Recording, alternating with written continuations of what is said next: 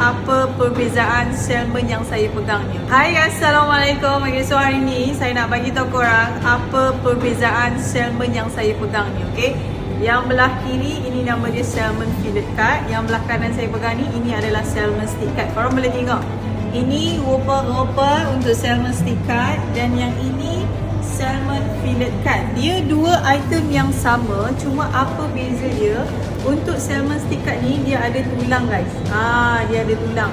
Kalau untuk salmon fillet cut ni, ini dia dah tak ada tulang. So korang boleh pilih korang nak salmon yang ada tulang ke tak ada tulang.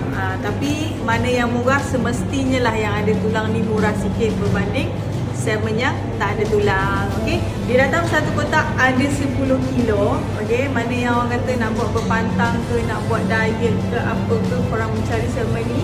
Kalau korang nak beli 1 kilo ke 2 kilo pun boleh, tak ada masalah. Pengantaran kita dah hantar ke Semenanjung Malaysia, Sabah, Sarawak, kita tak ada hantar.